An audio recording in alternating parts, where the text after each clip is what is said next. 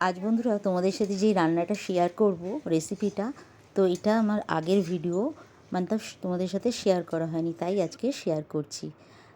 এগুলো হচ্ছে কপির ডাঁটি, পাতলা পাতলা করে কেটে নিয়েছি।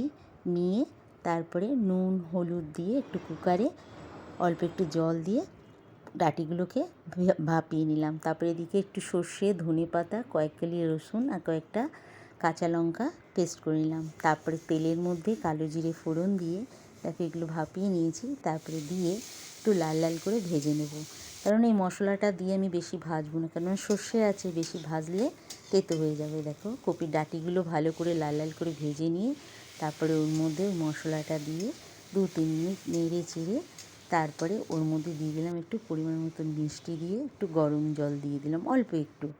তারপরে এটা একটু বেশ মাখো মাখো হয়ে বেশ 10 থেকে 15 মিনিট আর পরিমাণ মতো একটু নুন দিয়ে একটু ফুটিয়ে নিলাম ঢেকে, আর গ্যাসের আঁচটা একদম লো করে। তারপরে সবশেষে একটু কাঁচা লঙ্কা চিড়ে গরম গরম ভাতে পরিবেশন করলাম। ভিডিওটা কেমন লাগলো জানিও। এখন হয়তো কপি পাওয়া যায় না, তোমরা বন্ধুরা ভিডিওটা সেভ করে রেখো।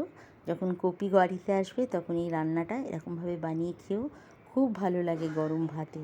তোমরাও একবার ট্রাই করে দেখো বন্ধুরা। তো তোমরা সবাই ভালো থেকো, সুস্থ থেকো। আজকের মতন টাটা।